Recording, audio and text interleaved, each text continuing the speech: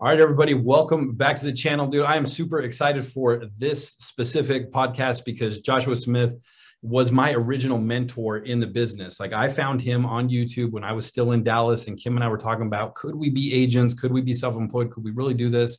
And my number one thing was I knew that I could crush any business if I was out with a client, with a buyer or a seller, but I had no idea how to generate leads. And I knew if I couldn't generate leads, I wasn't going to do anything with my business.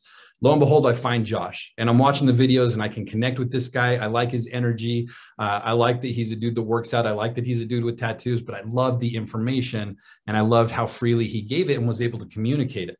So I've been, I'm very fortunate to say that I'm friends with Josh, but he has been my mentor for 7 years now. And so when we were looking at this podcast, I couldn't think of anybody better to come on and give advice to agents because he is the go-to guy in the real estate world for anything you want to fix. But I don't want to tell you, Josh's whole story because I got the man right here himself. Josh, thanks for being here. I truly appreciate it. I value your time. Tell us, I think a lot of people know who you are already, but for those who don't, if you could just, introduce yourself and just give me a little bit of backstory, like how you started your career, how you got to the spot where you're at. Yeah. Now, first off, dude, it's an honor to be here. Love, it's been an awesome journey, man, knowing you and becoming close friends. And what I love about just the path of, the success journey when you're sharing that with others is, now that I've been a mentor to others for, a long period of time, what's really, what I love is when the mentor becomes the mentee.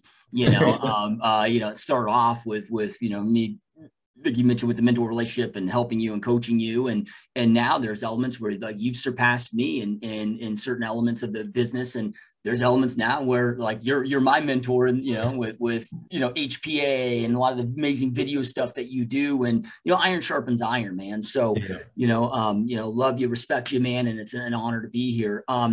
Yeah, man. So my journey started a long time ago, dude. It's crazy to reflect back on this. Even though I just turned 40, I still feel so damn young. I know I'm not young, but I feel young, just to reflect back. I think I've almost been doing this now for 2 decades, but I jumped in at the age of 23. Real estate was supposed to be a temporary thing for me, dude. I was in the health club industry. And I was a college dropout, 23 years old. I knew at that moment in my life, for me to go out there and create the life that I wanted for myself and for my future family, I needed to get into ownership. And I had $1,000 to my name, dude, broke as a joke, no college degree. To create the facility I wanted to be able to create and open up, it was going to cost about 800 grand at that time. And so I was like, well, how do I raise the capital to go out there and do this? I can't go to a bank and get a loan. Nobody's going to bet on me at that point. And looking back and being honest, I'm like, I don't know if I would bet on me if I were these people. So I was like, okay, let me go out there and figure out a vehicle where I can go out there and raise the capital. Now, this was 2005. I just moved to Phoenix, Arizona from Michigan. So, when I jumped into the real estate industry, dude, I didn't have a sphere of influence. I didn't know anybody, I was, had nothing and, started from scratch with that. But I was just, so at that time though, 2005, the market was very similar to what we're experiencing now, just as massive.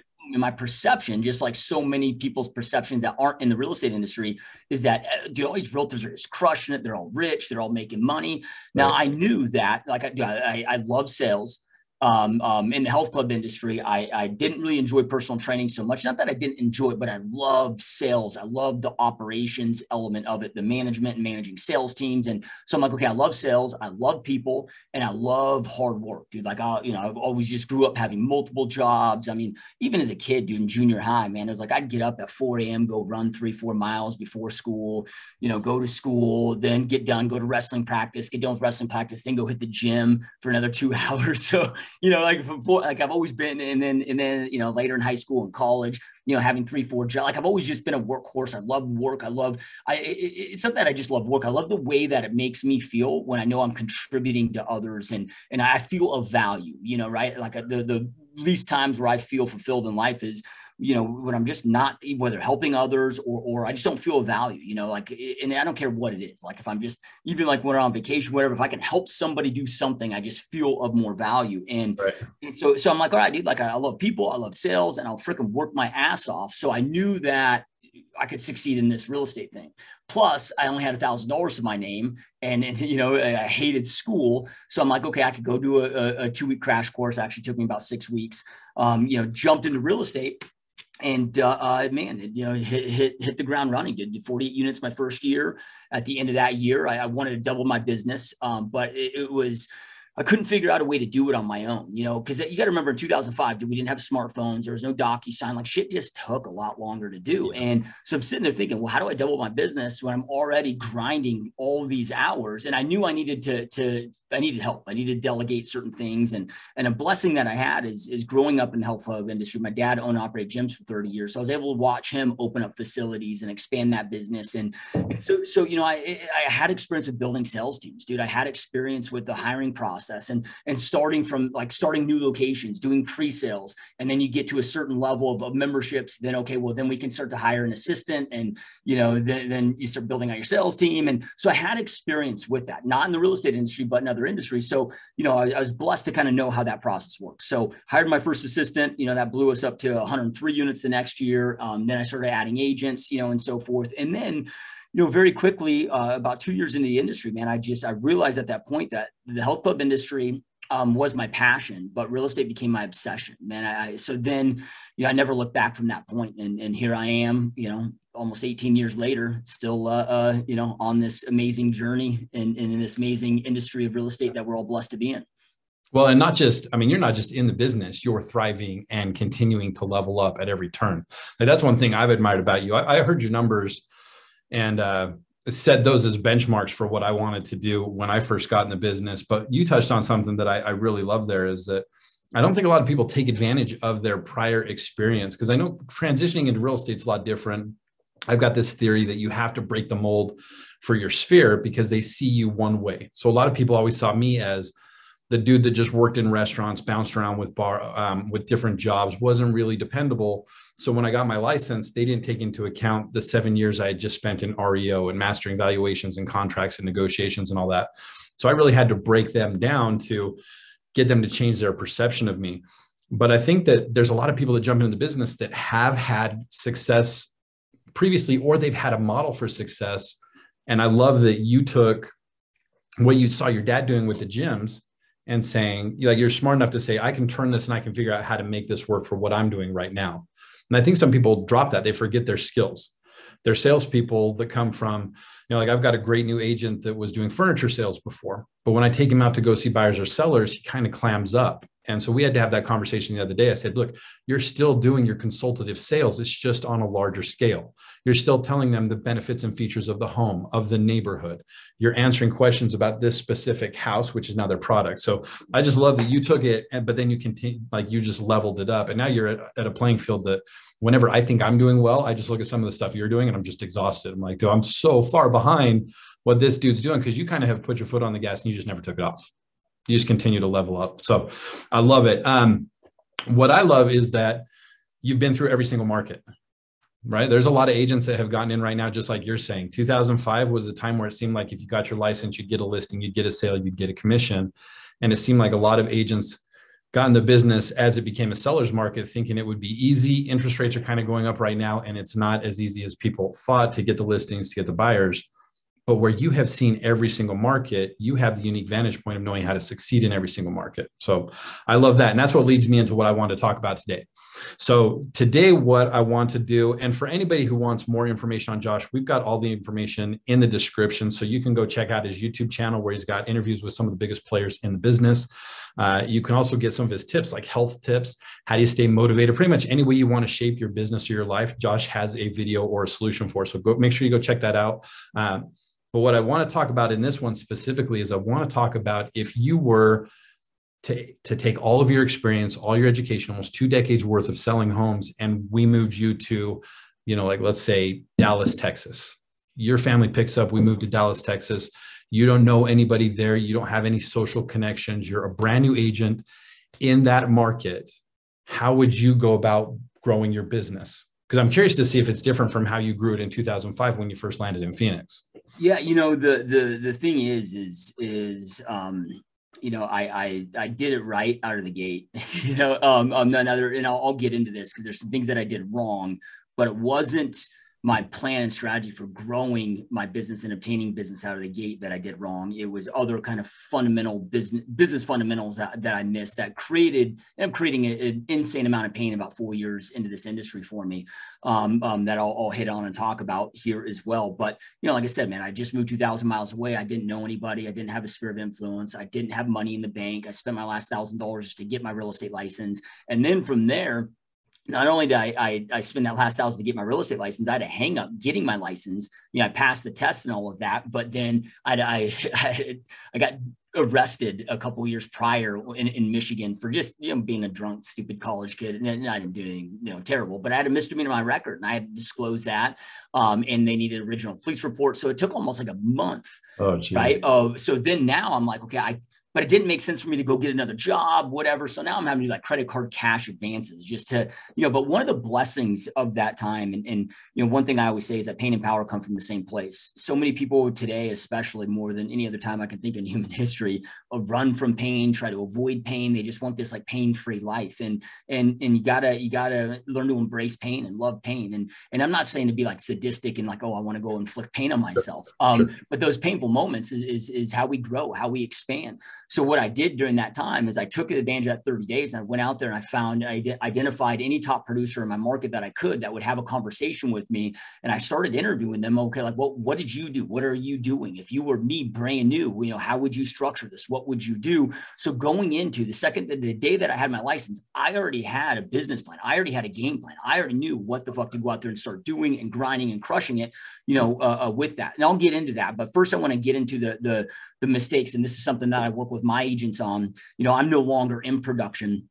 You know, I operate a large team here in Phoenix, Arizona, and we did about $200 million in gross volume sales last year. We're on track to about $300 million this year. So we continue to grow each and every year, but I stepped out of personal production about 6 years ago. So my job now is just coaching and providing support and making sure my agents, you know, armed to go out there and crush it in you know, their careers. And you know, these are some kind of these foundational things that I make sure that they have in place before they get out there and start pounding the pavement, dude. Because I see that I mean, again, the pain that this caused me 4 years into my career. And I mean, this is why people get burned out, man. This is why then people start hitting a capacity of you know, next thing you know, they're closing 2-3 deals a month, but they're busy, you know, right? But then now they're too busy to be able to step back and put these fundamentals in place, but they're not busy enough and making enough money where they can afford to then take that step back and, you know, so forth. So the first thing is to make sure that you have clarity on what you want, why you want it, why it's important. There's nothing more powerful in this life than having crystal clarity on what you want. So I look at your real estate as just a vehicle that allows you to go out there and build and create the life that you want to go out there and live. And look, you don't need to love what you do to love what you do. Like there's a lot of this industry that can become, you know, mundane, tedious, pain in the ass, headaches, you know, whatever. But the reason why I'm so obsessed with this industry, I love this industry so much, is I've never seen another vehicle that allows a loser like me to within 6 months be making more money than attorneys and doctors and you know, whatever. So I've never seen an industry that has a more level playing field, right? Like you and I have a mutual friend, Guillermo, who, you know, has a real estate empire, dude. And the dude is blind, you know, right? So like, you know, like it's the most level playing field where it doesn't matter how tall you are, short you are, fat, skinny, thin, doesn't matter how thick your accent is, what your IQ is.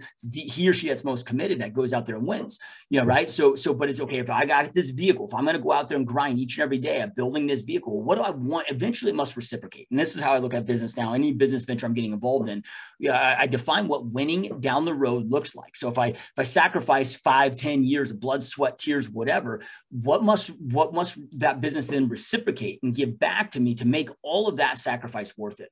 And get clear. So like, what is this real estate vehicle allowing me to live? You know, how is it allowing me to live the life that I want to live? What is the life I want to live? You know, what is winning in life to me, and so forth, and doing it in such a way where then, you know, and you can start breaking down each and every day the activities that you're doing, you know what it's leading to, right? It's getting you one step closer to living the life that you want to live. But so many of those decisions, you know, another mutual friend of ours, you know, Armando and Nalika, They came to me years ago and they're like, hey, we want to grow this real estate business that allows us to travel full time, travel the globe. Right. We want to take our kids out of school, put them in homeschool and still work each and every day, but have our office be hotel rooms. Okay. Well, they had to start making different decisions. Maybe they're brilliant at door knocking. Well, they couldn't make their business reliant on door knocking 100 doors a day, because that would then block this. So every decision that you make then needs to be congruent with what that end game plan is. And when I got in the business, dude, I just want to make money and stack capital. And next thing I know, 4 years into this, I'm making more money than I ever thought was possible. But dude, I'm freaking miserable. I'm working 4 a.m. to midnight. I didn't know why I was here. I was more miserable than when I was broke, but I didn't have that clarity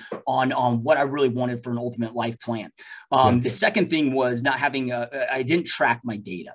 I wasn't tracking my numbers, tracking my data. And here's the thing is you're not committed to your real estate business unless you track your data at a very high level, because you can't make smart, intelligent decisions. You can't make this business predictable if it's not measured, and so you don't know what's working. You don't know how to allocate your money, your time, your energy, and so forth. So get clarity on what is that you want, why it's important to you, what winning after 5, 10, 15, however long it takes, like that you put into this business, right? What does that create for you? Plus it becomes, again, that compass, that North Star that allows each of those decisions that you're making to ensure that they're congruent with that thing. Then from there, tracking. Me, I'm so, it's funny to think that I didn't track for the first 4 years. When people meet me today, they get kind of shocked by that, because I'm so obsessed with tracking and having that data so I can make those decisions. And then from there, just understanding the power of systems and processes. It really I didn't really start dialing in on systems and processes until REO hit. Because at that point there was no choice. Like you had to, become a systems and process freak, to handle the volume and to service your asset managers and the way. But immediately discovered the power in those. And that's what allowed me to scale. There's only two things that allow you to scale in this business, which are going to be your systems. So processes are just the step-by-step actions that you take. Systems are where those processes live, right? So it's going to be systems, and then people. But people will become irrelevant if you don't have good systems for them to plug into. So, for the scalability standpoint. So I really like knowing that, and people, and the reason I'm bringing this up is most just don't even think. I mean, I meet so many agents that have been in this business for decades, dude, that still have, don't have clarity on what they want, why it's important to them, that aren't tracking their data, and don't have their system of processes dialed in. It used to be that you could be, if you were willing to work your ass off and put your clients' needs before your commissions and do a great job for your clients, you could be a top producer in this industry. No longer is that the case. That's just the ante to be in the game, dude. Like you got to be a great operator to go out there and scale it and do big things in this business and be a top producer. So then from there, then what would I go out there and do? And what did I do? And what would I go out there and do if I was moving to a new market, didn't know anybody, and so forth? So the first thing I would do is, and this is something that I did do, is I would do my market research. And I would look at, I really wanted to break down what could be my competitive advantage. I looked at, okay, where's the agent saturation in our market?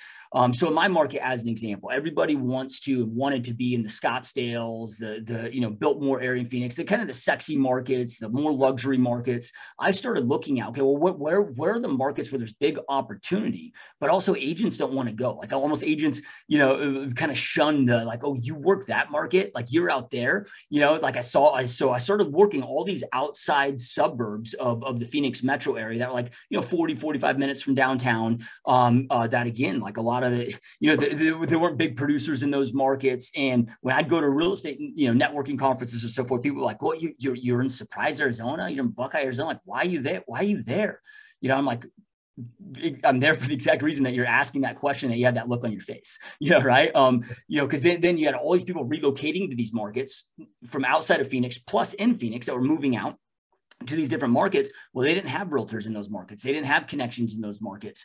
And there was so much growth going on, so I looked at that, just looking at that and really breaking down where can you have that competitive advantage, and that translates to today's market. We're looking at this and thinking, okay, with our market, I'm always looking at who's buying real estate, who's selling real estate. So where's the opportunity at?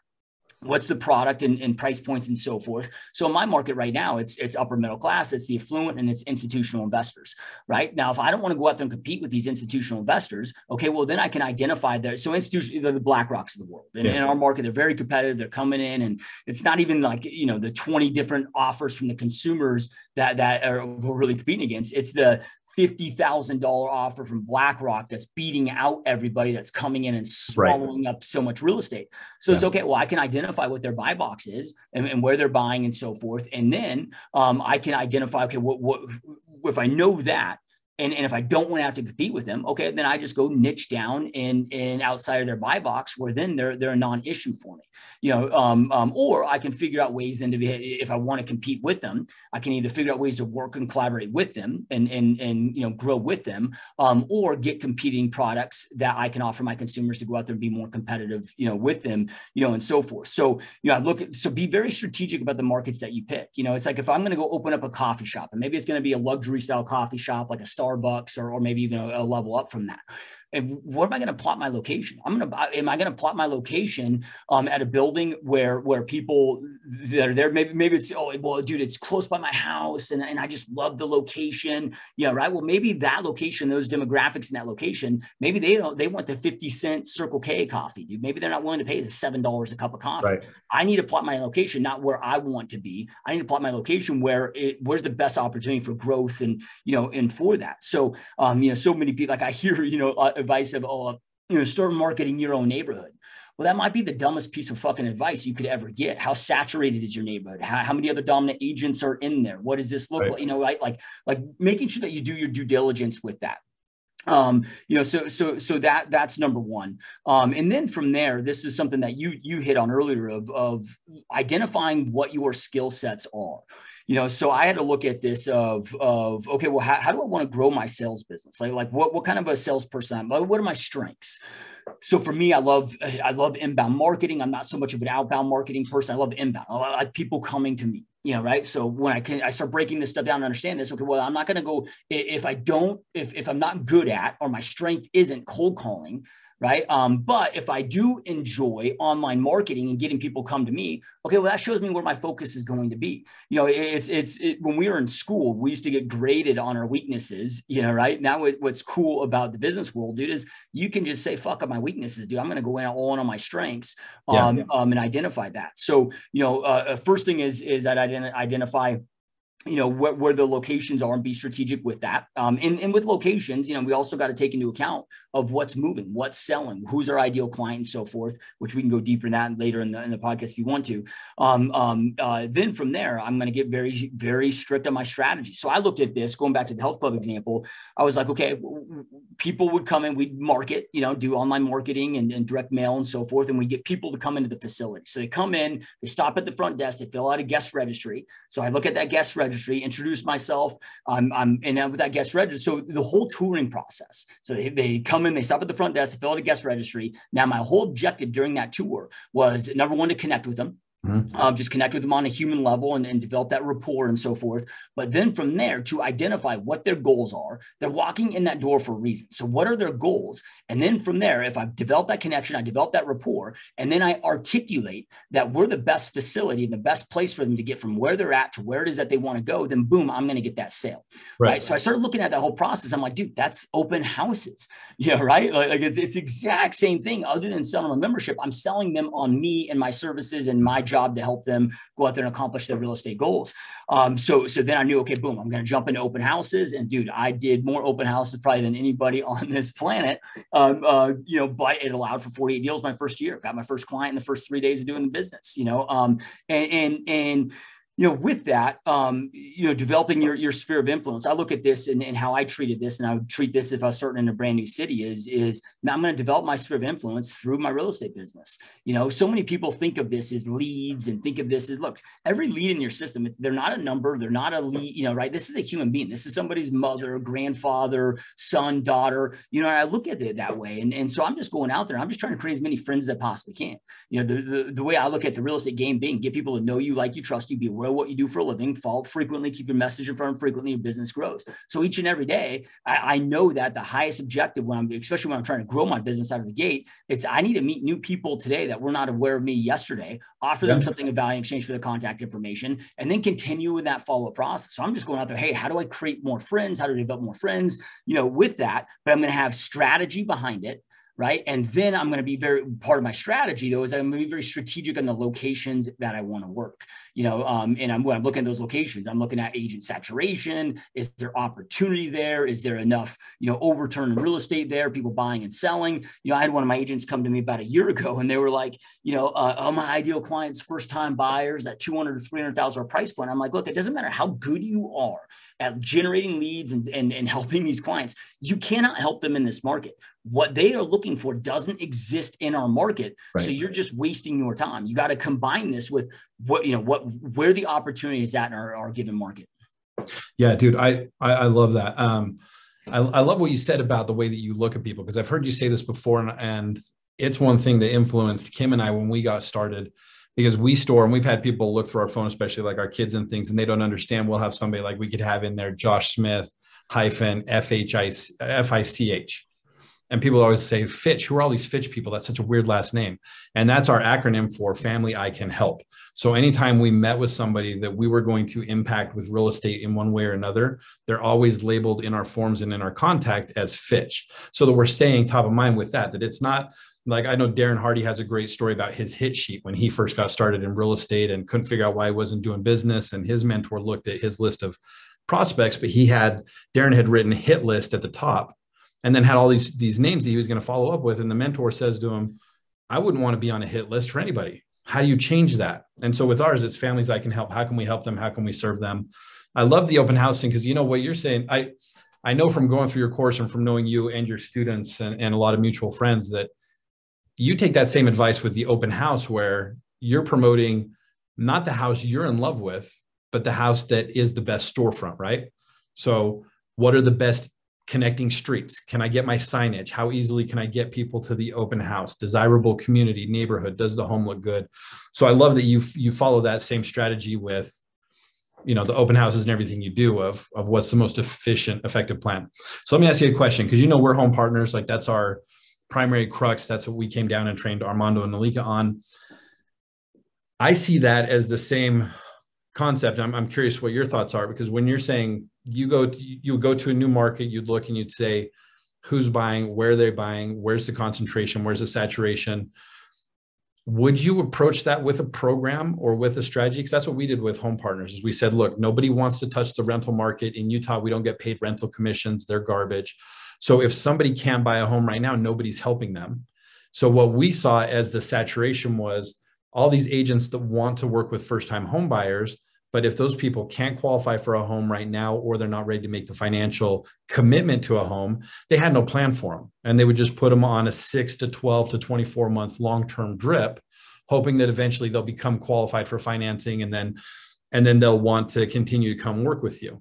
And we found that if we want to avoid the saturation, we have to go after this market, these renters that nobody else has offered a solution to. And that was really what turned our business, was we can offer a solution nobody else has. So even if our market's saturated with buyers, it's not saturated with our program yet. Would you look for something similar to that? Because I love your idea of the market saturation. Would you look at a strategy that nobody's doing? Yeah. So, and I might look at it different than others, from this, but I look at, so with my lead generation strategy framework, it's, you get clarity on who your ideal client is. So when I'm looking at who my ideal client is, it's okay, where's the opportunity at? Ideal clients in a perfect world would be who you like working with the most, who you connect with the most, who sends you the most repeat referral business. That's a perfect world, but the world isn't always perfect. In 2008, during the great financial crisis, I had to shift my business from really my true ideal client, traditional move-up buyers, to short sales and REOs, right? Well, dude, I didn't necessarily enjoy short sales and REOs, especially, with REO, man. I mean, you become a human punching bag for a lot of these asset managers and, so forth. So, but it wasn't so much of the enjoyability. It's like, dude, almost 90% of the sales in my market at that time were short sales or REO. So where is that opportunity at? So I'm like, okay, well, who's my ideal client? And this is something that, I know you and I have talked about a lot. And I think you alluded to this in the beginning of the podcast, but not in these exact words. But I have the mindset, in the personal philosophy of there is no such thing as the good or bad market. The market is always good for somebody. It's our job to identify whom the market is good for, and then go out there and position our marketing, prospecting, and so forth to whom the market is good for. So I mean, real estate is always traded hands, always will, always, right? So many people get like the market itself has nothing to do with anybody's success. Success is internal. It's never external. If you are not succeeding in the given market that you're doing, it's because your strategy fucking sucks, period. Right. So then from there, my ideal client's going to be shifting as markets shift. My ideal client 3 years ago was vastly different than it is today. So who's my ideal client? And then from there, I figure out their demographics, their psychographics. Then I identify where they congregate. So where do they, hang out, spend time offline and online. And then I identify, okay, what are my strengths? Meaning, how do I want to go out there and grow my business? Right. Well, then that gives me who I'm targeting, what my message is going to be, where my message shows up, and how my message is going to be delivered, right? So that then combines my lead strategy framework, and that works in any given market. Then from there, what you're alluding to is, because this is the second layer now too, once we've identified our ideal client and we have that strategy, then from there, you got to look for your unique selling propositions. You like, what's your unique value add? So I look at this is, all right, dude, I got this toolbox that to go out there and help my ideal clients. I want as many different unique tools inside that toolbox to help my ideal clients that I possibly can. Yeah. So I don't know, you got a leak in your house and you call me up, I'm a plumber, whatever. I don't know what I'm necessarily getting into. You just want the leak fixed. So I show up there, I'm looking at that. Well, the more tools that I have with me in my truck, the more opportunity I have to solve that leak immediately and minimize damage and accomplish the goals that you have for that call with me. Right. And that's my job. So I'm looking at this as those are my unique selling propositions, and so forth. So, and I want as many of those as I possibly can. And home partners that we've learned this from you. And I put all my agents actually through your program because it's just so brilliant. It's the best one that we've seen out there. In last year, we did just over $40 million with just HPA.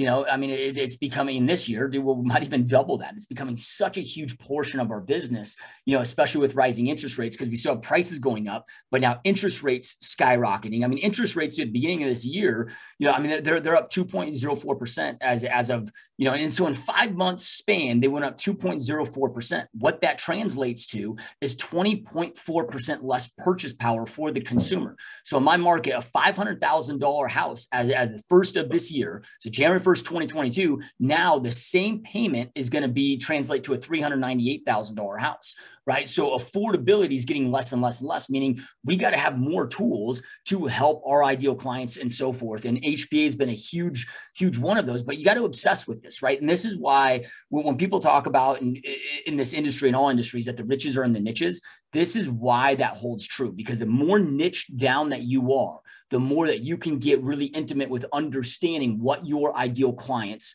problems are, what their pain points are, what their problems are. And then you can proactively look for solutions for what those problems are. And he or she that solves their ideal clients, the consumer's problems at the highest level, goes out there and wins. Why is Jeff Bezos, one of the richest human beings on the planet? Is because he's solved a lot of people's problems. Dude, I can't tell you the last time I've had to step foot in a store or a mall or whatever, because Amazon just ships that shit right to my front door, allows me to spend more time with my family and do the things I love in life. And it's had a massive impact on my life, right? So he's out there changing a lot of people's lives by giving us all back insane amounts of time and making things, that element of our life very convenient. And he's continuing to get more rich and more rich, so looking at that of okay, how do I solve my ideal client's problems? So this comes down to, okay, well, what are the problems that your clients that you're trying to serve and support in this market are facing, right? So, okay, well, we're getting beat out, man. I got these buyers that, that are, I don't know, whatever, they need some closing costs help, but whatever that may be. Or maybe they're a solid finance buyer, but they can't compete with these other cash offers. Okay. Right. Well, HPA is a great offer. We're doing about 15 HPA deals a month right now through Home Partners of America. And, it solves a couple of problems, right? It gives essentially our finance buyers the ability to be cash and compete with these other, cash buyers. Then with our relocators that maybe are unsure of exactly where they want to be, it gives them a chance to test drive that property. Then from there, what we're seeing now is a lot of people are having uncertainty of, dude, I don't know if I want to buy right now because if the market's going to, like, is the market going to crash? I mean, just like daily coming up more and more and more. Well, it's a great hedge against that. It's like, okay, hey, use this vehicle to go out there and then get a home.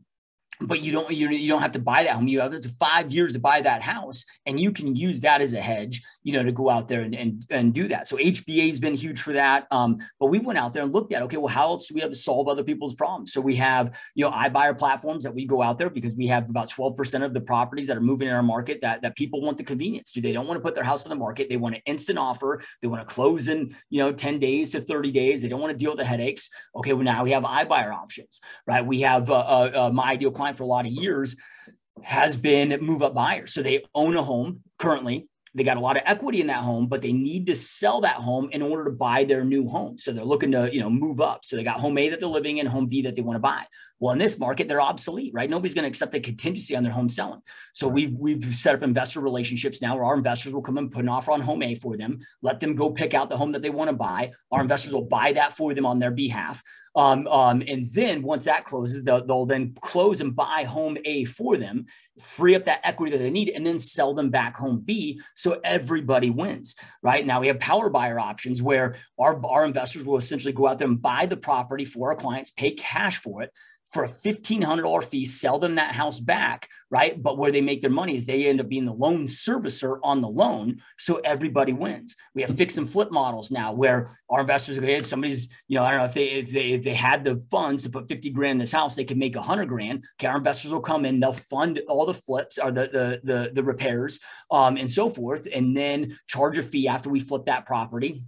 And again, everybody wins. We have options now where, okay, hey, like with new builds, this has become a huge thing in our area where even these new builders aren't accepting contingencies, but so they're making that our home sellers before they buy the new builds sell those homes. Okay, well, we found investor partners now that will go on and buy those homes, allow them to lease back for up to 12 months so they can make that possible. So again, but how did I come up with these? Right? And HPA, I can't give myself credit for coming up with that because you were chasing me down for that one, and I had a lot of resistance initially to it because I just kept hearing lease purchase. I'm like, no, dude, been there, done that. Those are a pain in the ass. I didn't see the power, but thank God you didn't give up on me and were resilient on keeping us up on that.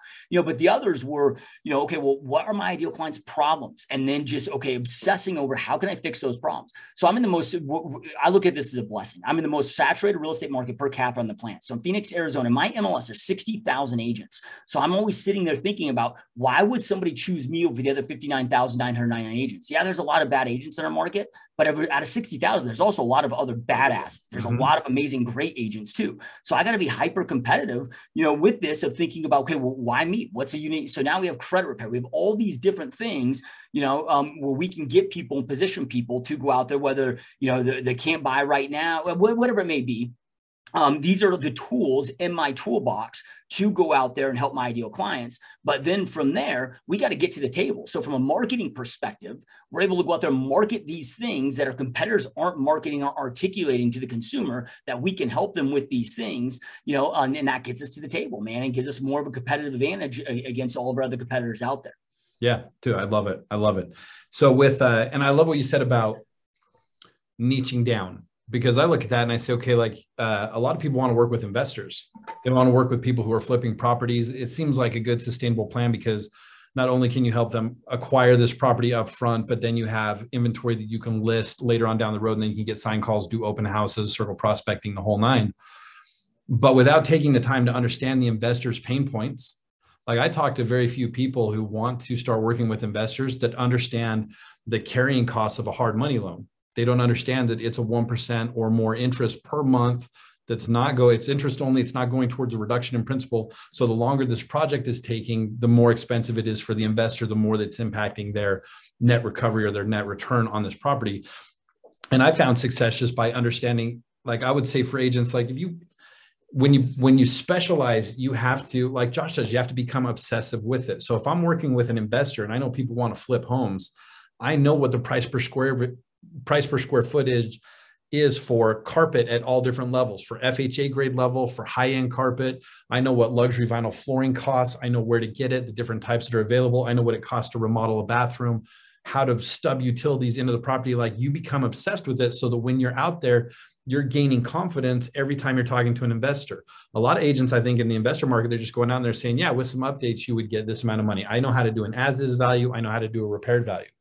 I'll go out and I'll say, I know exactly what the cost would be to turn this home into exactly what you're looking for, but I wouldn't make A, B, and C repair because we're not going to get the money on it. So I love what you're saying, like, get niche down so you become that expert. That's what we did. Our first run in lead generation for Kim and I is we bought realtor.com leads, and they were super expensive. They were very competitive, but we were converting 11% of those leads into closed sales by becoming masters and understanding that we had to master something when we got out there. So I actually have, let me add one point to that, because this is something that is we're seeing this more and more. It have been, I saw some of this 2005, 2006, 2007, but then it kind of stopped when the great financial crisis happened. Everything kind of stopped at that point. But then since 2012, this has been consistently growing and expanding throughout our industry. And something that we all are feeling is the commission compression issue.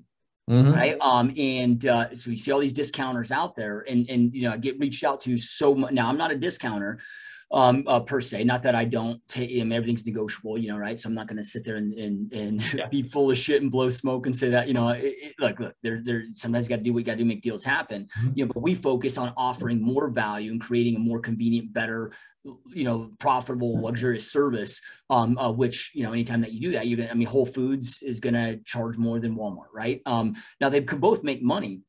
But what I'm seeing there, and I get this so often, man, multiple times a day of agents reaching out to me of, how do I compete with all these discounters in my market? I'm like, dude, you got two options. You either join them or you add more value to yourself, your services, for them. And this is just what you're talking about. Everything that you just talked about there with having that intimate knowledge that you can go out there and transfer that to your investors and help your investors navigate through that process, that makes you more valuable to them, where then the more valuable that you are to the marketplace, the more money that you're going to make. And so many agents now today want to still get their full co-broker or whatever and get all pissy and whiny about giving that up, but they're doing nothing to go out there and sharpen their skill sets and add more tools to their toolbox so they can transfer that value to their clients. And so you got to just deal in realities and be honest with yourself of like, dude, which path do I want to go? And if you're not willing to add that value, I'm not going to hate on you, but just understand that you're going to have that resistance. And you might as well just go join the discounters then, if you're not willing to go out there and offer more value and transfer more value to the consumer, that makes it worth them paying you a premium to offer more value to them.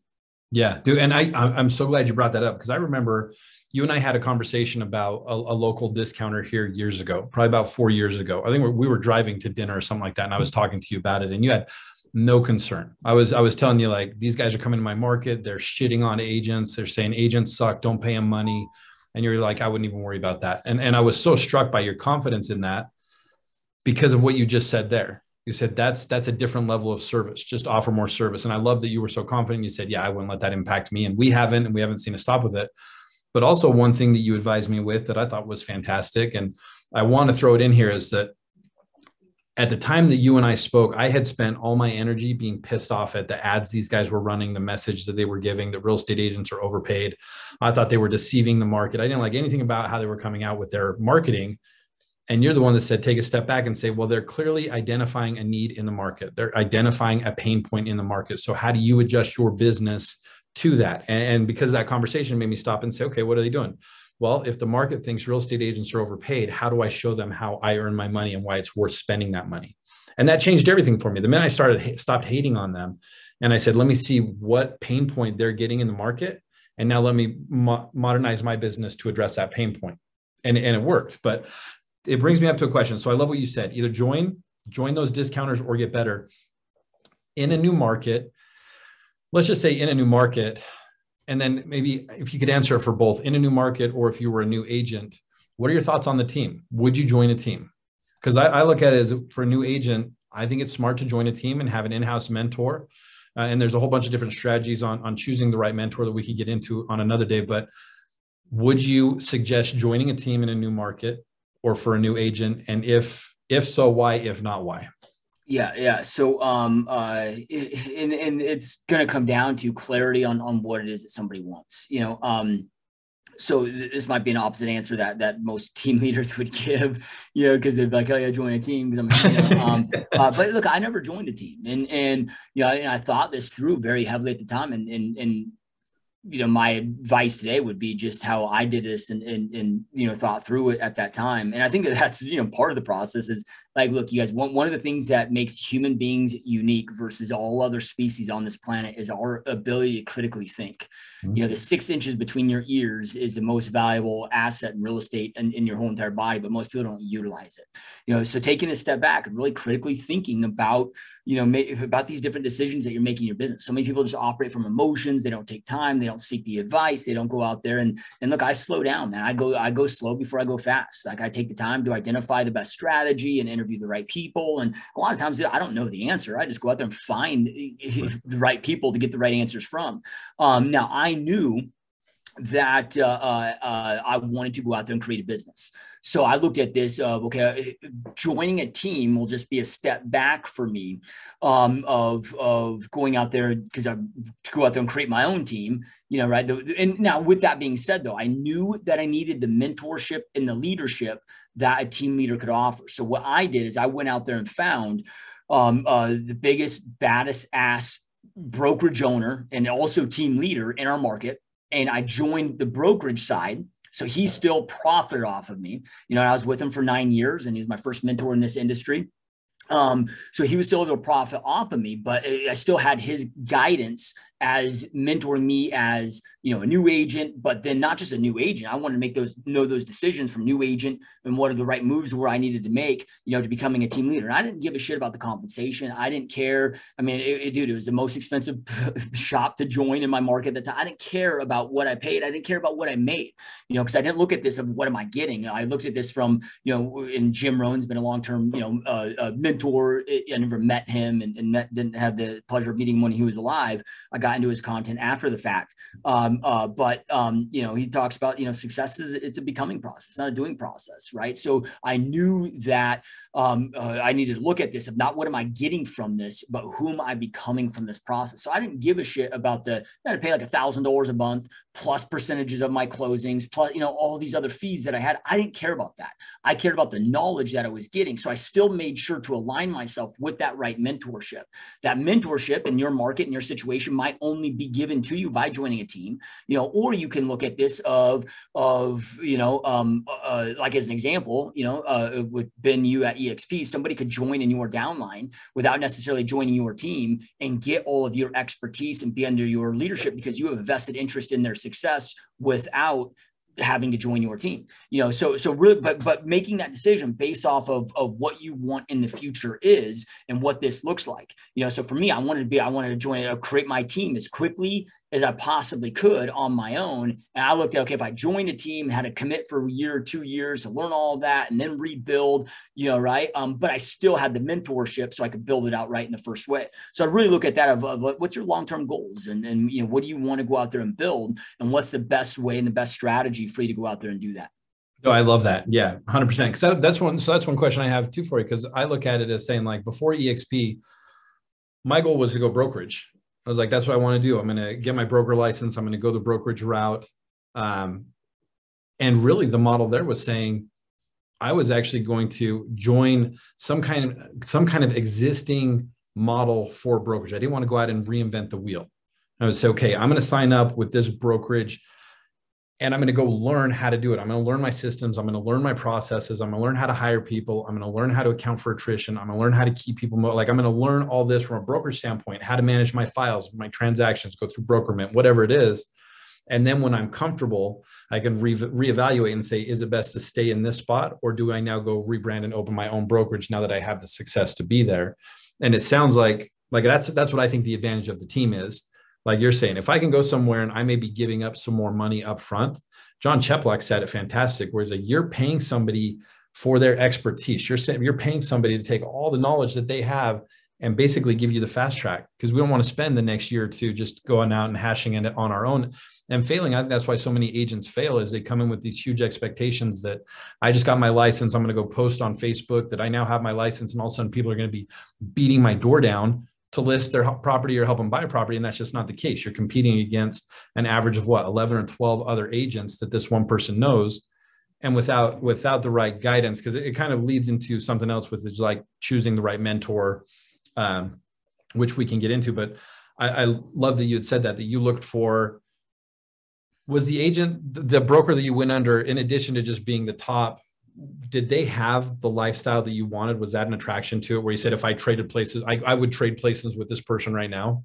Or what was that? I mean, I wouldn't necessarily, I've never wished to be somebody else other than me, so I wouldn't say trade places, but when I looked at, it was, because at the time I didn't necessarily wasn't looking, I was just looking for a brokerage. Right. So, but I was like, look, I want to go find the person that, I want to be in the next 20 years, right. So that created the type of success, at least in real estate, that I wanted to create.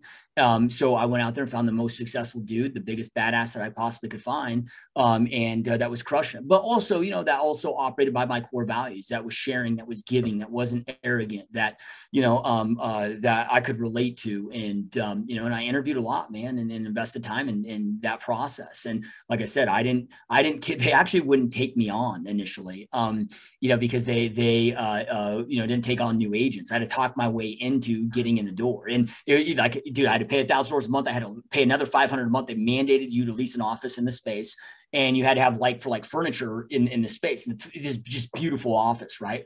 And I remember like a month or two into starting there, I couldn't afford the furniture. So I just kind of lied, like, oh, get the furniture. Yeah. Dude, I had 2 steel file cabinets that I was gifted. I had a piece of particle board is the top, and I had a freaking lawn, like a lawn chair, dude. And I remember him coming in, like knocking on the door to come check on me one day. And he peeks his head in the office. I'm like, fuck, like I'm busted, dude. And I'm like, hey man, I got deals in the pipeline. As soon as I get my first commission check, it's going into furniture, whatever. And he just looks at me like, just keep the door closed. And, but I didn't care. I wanted to be, because I believe in success through osmosis. I wanted to be in his presence. Just like when the market started crashing, dude, and before it started crashing, before it started turning, and we could see that something was going on there. I just went to him and I just asked him, I said, like, where's this going? He goes, all he had to say to me was short selling REO. Like I got Google, I can go figure this stuff out, but he was able to point me in those right directions. And it's so crucial. And, everything that I operate by is, I'm a big, if you ever take the wealth dynamics test, I'm classified as an engineer. So I've got this, like to me, it's a very methodical mindset. So I operate off of frameworks. And I've created over the years what I define as my success framework, which is get clarity. So think of framework as a model or an equation, right? So starts off with, and it doesn't matter how big or small that this is, but get clarity on what you want, why you want it, why it's important to you. That then becomes the goal. Then from there, you make the decision the mental decision to fully commit to that goal. And this might look like it's a duh thing, but you really got to break this down and understand this. There are certain opportunities that are approached to me or that I have and have had that I break down and they look amazing. I want those things. But as I break down and assess the amount of energy, attention, and time that thing will take to make that a reality. And then I look at, okay, well, I got 3 young kids at home. I don't want to be an absentee father. Like, is that sometimes right. I'm like, hey, I'm not like this, the negative downsides and the sacrifices aren't worth making this goal a reality. So it's really going through those assessments and really thinking this thing through. So once I make that decision, hey, I'm fully committed to this, no matter how long it takes, how much resistance I'm going to experience, like I'm in this, right? Like there's no plan B, it's burn the ships. Like I'm fucking in this, right? Then from there, and this goes back to your question, how do you identify mentors and so forth? Then from there, it's identify the best proven plan to get you from point A, like from where you're at to where it is that you want to go. So then I invest that time to identify the best proven and proven it being the key word there. So I'm going to go out there and identify, okay, who's where I was and create the success I want to create. And I'll go out there and do my due diligence. And sometimes it might be several different people, but I'm going to look at it like who's done it, man. I don't need to reinvent the wheel. The great thing is about in our industry and what we're all trying to accomplish is we're not trying to become Elon Musk that's trying to, revolutionize interstellar space travel and do something that hasn't been done before. Others have done what we're trying to achieve and do. So, okay, I'm going to identify the best proven plan to get me from where I'm at to where it is that I want to go. Then from there, once I identify the best proven plan, then I just got to execute. Right. And then if I do that, I continue executing until that goal becomes a reality, then boom, it equates to success. And that's how I look for my mentors, man, is who has been where I'm at. It has created the success in this element of life or business that I want to create, that I want to be like, who's done it, who's proven it, who's already went through all the headaches, the pain. So in a year, I can figure out in a 12-month time frame what might have taken them 30 years to do and figure out. And I mean, it's the ultimate hack to success. My favorite Picasso quote is, good artist steal, great artist copy. So like, I'm just like, the ultimate time hack, dude, is, the things that anytime I have a new goal in my mind, the first question I identify or I go through my head is, who's the best person to learn from? Who's the best person to steal, that I can go out there and reverse engineer the plan from? I don't have to, I don't have the guesswork. Now I just need to execute. Now, execution in itself is hard as fuck. Right. But if I can eliminate the guesswork of, here's 50 different roads for me to go down, and then I got to waste and exhaust all this time going down these roads. And then by the time I identify the right road, now I'm so freaking exhausted. No, I just want to be able to focus my time on being disciplined to execute on the shit I know works that I got to execute on. And that's all I have to do. Right. And then I can exhaust my energy and time and attention on just that execution element. Dude, I love that. I love that. It's 100%. This is why I get so much value out of just talking to you. Like everything you're saying, I'm thinking about other areas of my business and my life that this is totally applicable to. So as you're talking, I'm making these mental notes that I got to come back and scrub and dive into some things. So I love that. I do want to talk, because I agree with you 100% on choosing the brokerage, choosing a team, choosing a mentor. Do they have the systems? Do they have the processes? And even if you're going to look at, like, I wouldn't switch lives, but can they give me what I'm looking for? And I've had a lot of conversations with people over the last week about like joining my EX team, and this, not just the sponsorship, but the actual team. And it seems like the number one pain point that I'm talking to with people is they're considering a brokerage or a team that has been in the business a long time, but has not advanced with technology. So their whole lead generation strategy is still hung up on call FSBOs, call expireds, go do door knocking, do farming, things like that. Farming, I've never done farming. I've listened to what you did for farming, and that was enough for me to say, I don't want to farm an area, because you put thousands of dollars into it for how long? Nine months plus before you started seeing any kind of return for farming with mailers? Yeah, I mean, it was a 9-month average lead time before we'd start getting the acceptable ROI I was looking for, which was one closed sale per 2,500 mail pieces sent. So yeah, it's slow to scale. Yeah. That's what I was looking at, saying, if it's like that, that's probably not the best strategy for somebody out the gate. Maybe for long term, like I know we do mailers, but we do them with Boomerang, so it's past clients and our sphere, so they get a mailer that is a coupon code that has our face and everything on it. But that's what I see is a lot of people have jumped in, and they may have seen somebody be successful, but that success is based and predicated on systems that really aren't relevant today. Like I'm not a cold caller. I would never sit down and cold call, but we both know people who that just sit and crush it all day long, and that's what they want to do. Does that factor in when you're looking at either a team or a brokerage, that they have mastered the strategy that you've decided you're comfortable with and that you want to do? Yeah, 100%. I mean, here's the thing, dude, is now how teams are structured. Every team, there's so many different types of teams, and there's, different structures and so forth. With that, like as an example, when I was, a big REO shop, agents were joining me and wanted to join me because they wanted to get into REO, and they wanted to sign call listings from the REO. And, so they were joining a team that their business was built off of my business as being generated for them, right. But so there's a lot of different models. My model today is vastly different to that. But the way that I look at this, and it's changed through the years, but, I'm very strong in my beliefs on this.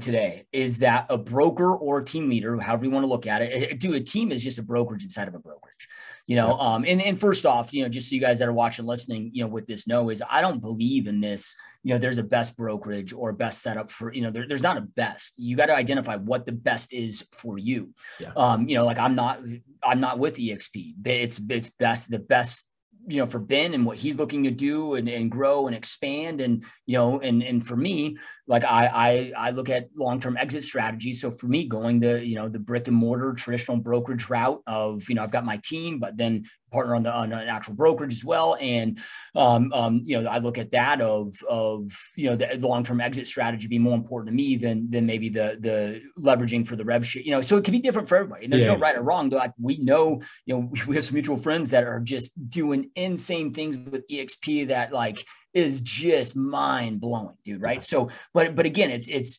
understand there's no best out there. If there was, there'd only be one brokerage or one, right? It's identifying what's best for you. Then from there, and this is my perspective with this as a brokerage, owner and a team leader, if you will, my agents are my clients. So I work for them. They don't work for me. So my job, and this is what for you agents listening to this, the way that I recommend to look at this is you need to identify the best team leader and the brokerage owner that is they exist in your world to help you get from where you're at to where it is that you want to go. So who can do that? Who can articulate, look, dude, my agents don't do a lot of open houses today. Even though it's how I grew my business, it's not how the vast majority of my agents today grow my business. I got to look at the lead generation strategy framework I walked through you guys earlier on. I got to look at what are their strengths. We got to design their business for them individually based on that and develop that plan. So this is where a great litmus test is go down to a team leader, broker owner, and be like, okay, here's where I'm at. Here's where my goals. Articulate what you would identify as the best plan to get me from where I'm at to where I want to go. And if they can't articulate that to you in 15 or 20 minutes, they're probably not the right fit for you, right? Their role in your life is to exist to help you get from where you're at to where you want to go and the way that you want to grow there. I'm not going to go out there and fucking cold call. I'm not going to go out there and door knock. It's just not that it doesn't work. Everything works, nothing doesn't. It's not how I want to grow my business. Right. So I want somebody that can then teach and mentor and show me how to grow my business in the way that I want to grow it. And if they're, one of my biggest frustrations in this industry is just the thought process that there's one path, one solution, right? Oh, you gotta list to last and all great, mega agents are great listers and have massive inventory. No, dude, that maybe was true 30, 40 years ago. No, it's not true today. Right. There's thousands of ways to create success, thousands of ways to skin the cat, with that. So, I think I answered the question. Yeah, you answered the question and then some. I love it. So let me ask you this then. So you built your business on open houses. If you went into a new market and you'd already identified your target buyer, the demographics, where it's saturated, where it's not saturated, would you still bank open houses as your primary source? So when we say I built my bit, that's what I did primarily for my first 18 months. And then after that, it got to the point where I was exhausting so much time trying to get open house inventory from other agents because I didn't have a lot of my own inventory. So then I was like, okay, well, let me start going after expired so I can have my own inventory to get my own storefronts. And that's where but not being, I'm a dude that hates cold calling and door knocking. So I had to figure out another strategy. And then I came up with a much higher converting mailer strategy than I could ever, or anybody that I really know is able to obtain with phone calls, right? Because I want people calling me. Right. So that's where I really got into letters and direct mail. And then that translated into online. Online marketing is just an online sales letter, right? So it's all the same process, but for me, it's inbound, right? I want people coming to me. It's how I grow my business, expand my business. So, it's transitioned over the years, but yeah, for me personally, and I'm not trying to sit there and tell anybody this is the best way to grow and expand your business because it's not. It's what's best for me. But I love open houses. It's a great way for me to meet with people face to face. I've got the strategy down. It's a great way to connect with people. I'm not trying to sell them anything. I'm not trying to sell them that house. I've got my scripts, my frameworks for it. It's such an easy way to connect with people. Walk in that house. What is it they love about the area so much? I'm learning about them, learning about their kids, learning about what they do for work. I'm creating. By the time I do that open house, dude, we're friends and we're exchanging contact information. And usually it has nothing to do with real estate, but I know that it's not about real estate. I don't need to fucking go out there and sell real estate. People already sold on real estate. What I'm trying to do is develop that human connection rapport with them, get people to know me, like me, trust me, be aware of what I do for a living. And if I have that human connection and relationship and friendship with them, that's going to be inevitable, right? Keep my message in front frequently. My business continues to grow. So yeah, I would identify. Now, I would say that, yes, I would do open houses if open houses was a strategy that fits in, because when I talked about ideal client or the ideal client lead generation strategy framework earlier, you got to look at where they congregate, right? So who's your ideal client for the market that you're in? And you can have multiple different ideal clients, right? But we're looking at, okay, who's the ideal client? What are the demographics? What are the psychographics? So the demographics are the statistics, that's, okay, maybe the, 28 to 45-year-old married couples, on average, 2 kids, they're elementary age or younger, making $100,000 to $300,000 in income. Here's the industries that they work in. Here's the zip codes they're buying. And here's the price. That's demographics. Psychographics is the conversations taking place in their head. Okay, here's the type of property they want. That's the demographics. The psychographics are, why do they want it? Why is that important to them, right? Smart marketers enter the conversation taking place in their mind, because sales is all just pain and pleasure, right? People have pain in their current situation, a pleasure they want to get to. We just got to articulate we're the best guide to get them from pain to pleasure. So I need to know the psychographic element. Then from there, I look at where do they congregate? So where do they spend time online and offline? Okay, if my ideal clients, they are not on freaking TikTok. So I'm not going to spend any time going out there and learning and being on and posting on TikTok. Not that it doesn't work for others, right? But my ideal client's not there. So okay, I know my ideal clients on Facebook, right? Some might be on Instagram, but primarily Facebook. They're on YouTube. They're on Google, right? And then I know that for one subset of my ideal clients, they are looking at open houses. So if open houses then fits into that framework of where they're congregating and out there looking at properties, then 100%. But at the end of the day, it's not. I'm not attached to a strategy, right? Like or a tactic. Like I look at it, a tactic is an open house, an expired, a FSBO, mailer, that's just where the eyeballs are. That's just the tactic. The strategy is all the other things I'm talking about with the game plan. I'm really a tactic atheist, right? Like everything works, nothing doesn't. It's what is the best way for this particular ideal client that I'm going after to go. Like, okay, when I was going out there and getting REO clients so for dude, open houses aren't going to help me with that, right? When we're looking at our relocation clients right now, because with reload, dude, they're 2,000 miles away. They're not out here driving around looking at open houses. Okay. So if I'm specializing and I'm going to niche down on relocation buyers that are moving, from the Midwest or wherever they're moving from here to Arizona, okay, open house isn't going to be my tactic that I go after. That's going to be more YouTube, right? So I'm looking at what is wherever I'm good, whatever that tactic is going to be based on where they congregate. Yeah. Now, when you're looking at your tactic and your strategy and setting that up, are you looking at time frame to convert? Because I know that's a challenge for agents when they first get in. Maybe they're doing it part-time. Maybe they've saved some money. Maybe they have zero money coming into the game. And you look at something like a mailer that does have a longer sales process and a longer time to do that. Even building a YouTube channel might take a longer time to do that. Does that factor into your decision that saying, if I need to start generating leads quicker to get a sale or a contract? I know that, there's some strategies definitely need to be avoided until you've got a little bit more cash so you can relax a little, but does that factor in? And if it does factor into your decision, what are some of the strategies you're seeing for agents today that do tend to generate business faster? Yeah, I mean, open house, they're one of the quickest ways that I've found to get new business. Like, dude, if I need a client, let's just say a buyer client in the next week. Now there's this big misnomer, a big myth that, open houses are only, for buyers. Look, dude, I mean, we get insane amounts of sellers through our open houses. It's unbelievable, right? But you got to be strategic about how you do them and how you put them on, and so forth. But it's the quickest way that I've found for generating new business to go out there. And if I go do an open house this weekend, or maybe I do 2 open houses this weekend, I know I'm getting a buyer out of that, hands down. Like it's the easiest way I found to generate new business.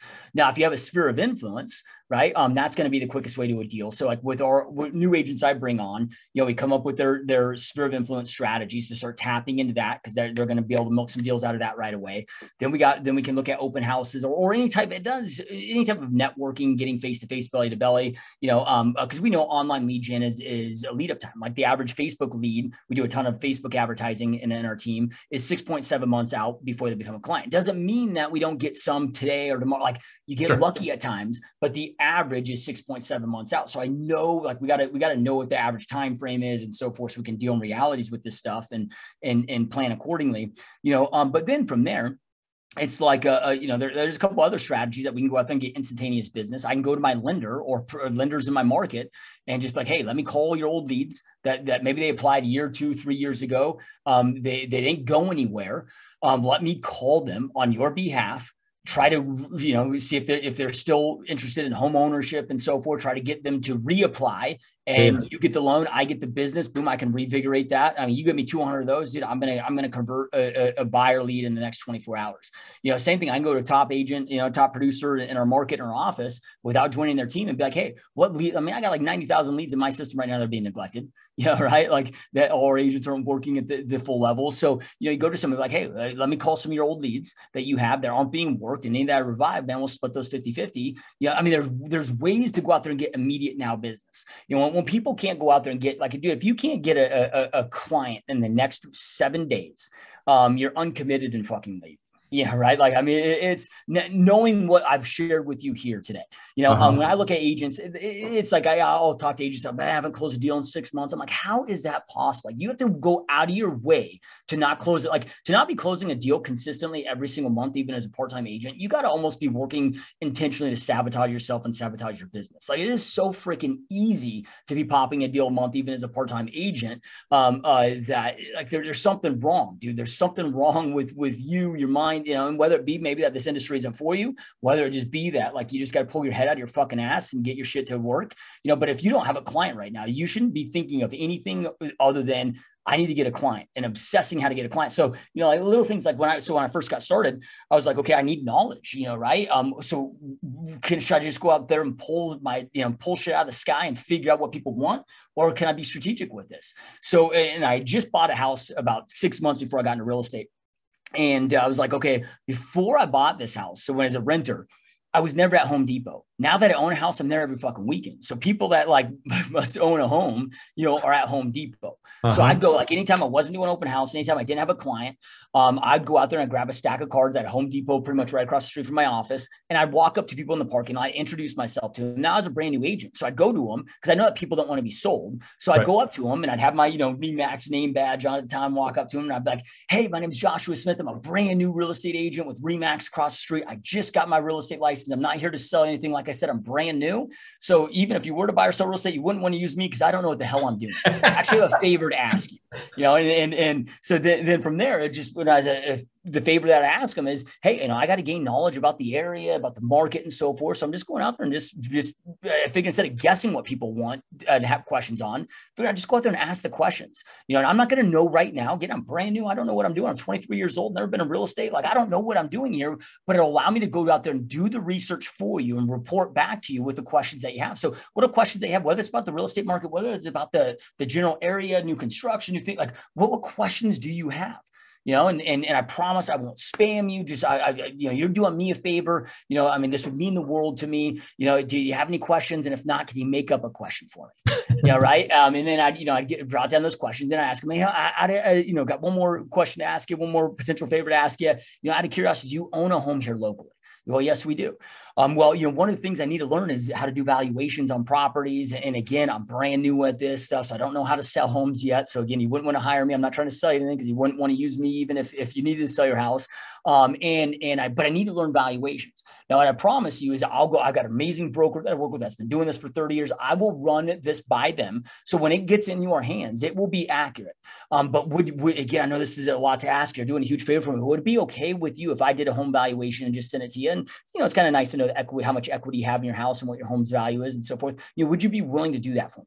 Like, the people want to help other people out, right? So then I'd get that address and then I'd tell them and I'd hand them my card and I'd say, look, so I'm going to get you this information, and so forth. And I really appreciate you doing this huge favor, these huge favors for me.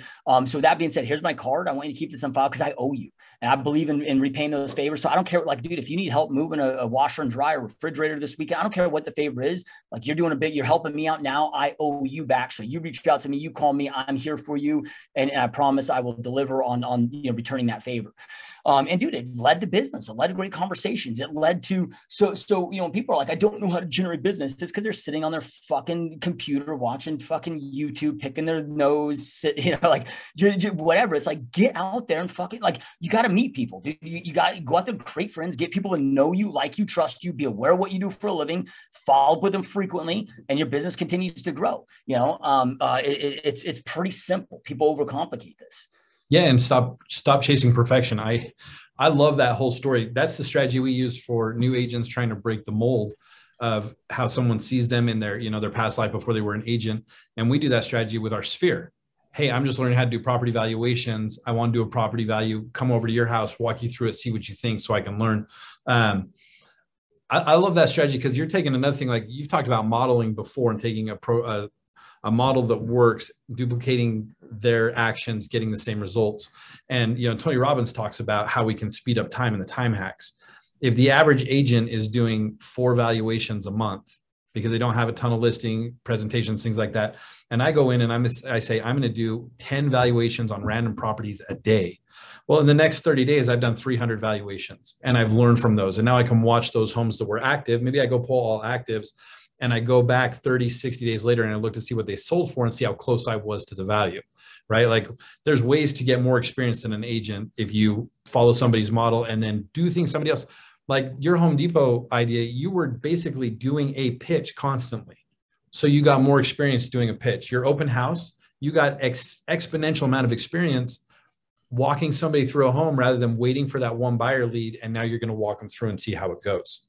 Like, I love that. So in addition to that, not only am I gaining knowledge and experience, right? But this is the part that a lot of people miss. And I just want to really make sure everybody understands the power of this is you're building your database, right? You're building remember, I didn't have a sphere of influence. I needed to build my sphere of influence. I needed to, so now I'm building up a database with these human beings that I'm meeting, that I'm delivering value. Because remember when I said, if the real estate game is to get people to know you, like you, trust me, what we do for a living, fall frequently, and business grows. Well, each and every single day, I need to go out there and get new people aware of me today that weren't aware of me yesterday, offer them something of value in exchange for their contact information. Now they're a lead in my system. Now, the thing of value doesn't need to be real estate related.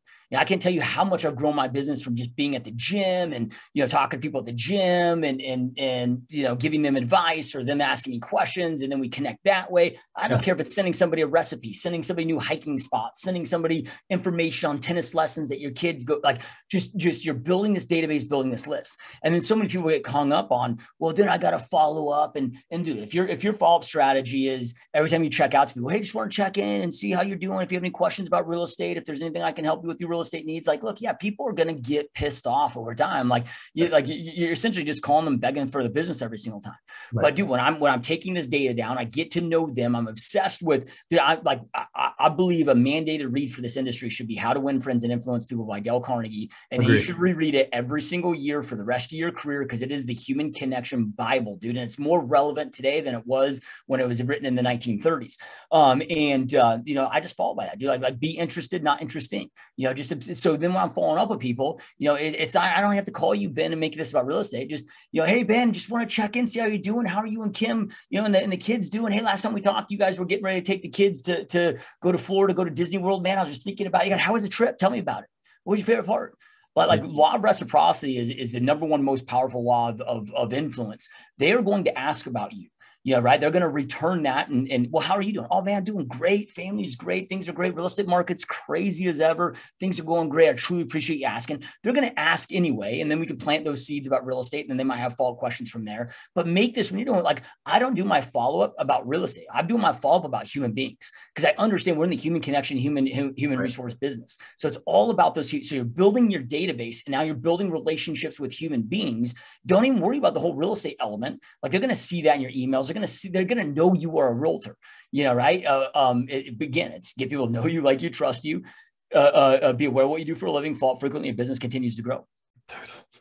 Dude, this is so much information. I hope I can't thank you enough, because it is just like talking to you is just like, it's a total mind bomb, because there's so much that you're doing and so much that you know. So ton of great tools. I appreciate you doing this, being here, and not just being here, but just being so open and honest and vulnerable and giving. I know you, like, outside of being a great person, you are a great giver. You truly lead with that. And I've seen that throughout our relationship, and anything you and I do together, you lead with giving first. So I appreciate that. But so now I want to see how we can give back to you. How does somebody get in touch with you? Like, what's the best way for somebody to get in touch with you? Because I know personally, I'm an alumni student of your boot camp. I met you when I was scared, just getting started. I became Rookie of the Year. Now $100 million later, I'm still a student of yours. I still follow your stuff. What's the best way for somebody to continue a conversation with you, regardless of where they're at? Yeah, you can two places. You can go to gsdmode.com, or you can go to wherever you listen to or watch podcasts, whether it's YouTube, whether it's iTunes, whatever. If you just search up my name, Joshua Smith, GSD Mode is the name of the podcast. And on there, because look, like I get everybody's at different positions and levels, and I'm never one to try to sell anybody, anything. It's I've got 1,400 podcasts and free videos I've been putting together the last almost decade now. That's on that channel of just it's funny when you say the whole giving thing. I have conversations with my mom, and she always tells me, like, as a kid, like, she gets so frustrated and so pissed because I had my friends would come over, and like, I just give, like, they love my toys, and I just give them all my toys. Like, yeah, I couldn't even buy anything for Christmas because you just give it all away. And so I don't know, it's what I feel. So, but I do it for a selfish reason, because it's what makes me feel best about myself is when I'm giving and contributing to others. So, as you guys go there and check all that stuff out, it's not some salesy, I'm not in your face. Like, it's just tons of information and everything I've learned over these years is given to you guys to help you grow and expand. And my way to give back to an industry has changed every aspect of my life. So, go to the YouTube channel, go to gsdmode.com. It's all on there. And information about my coaching is also on gsdmode.com. If you have questions on that, then you want to check more into that as well. Yeah. And so all the information for Josh and his programs is going to be in the description, but I'm also going to put, because like I said, I'm a big fan. So I'm going to put some links to some videos that are like my top videos that Josh has done, his top interviews, because there are some that are just killer for all different areas of the business. So look for those in the description. Make sure you like, comment, share. Josh, my friend, truly appreciate you being here. It has been a blast just listening to you. I hope I didn't zone off too much, because I caught myself sometimes, because as you're talking, I'm like seeing different ways that I need to go implement some of these things you're talking about. So I know this is a video people are going to pause and rewatch because you gave so much information. You truly go above and beyond. I appreciate you, my friend. Thank you for being here. Likewise, man. It was a massive honor. Truly appreciate you as well and being here, dude. And thank you guys for giving me some of your time today. Yeah, and I'll see you in a couple months at Alumni. So. Yep, sounds Perfect. Good, my brother. All right, thanks, dude. Peace. Peace.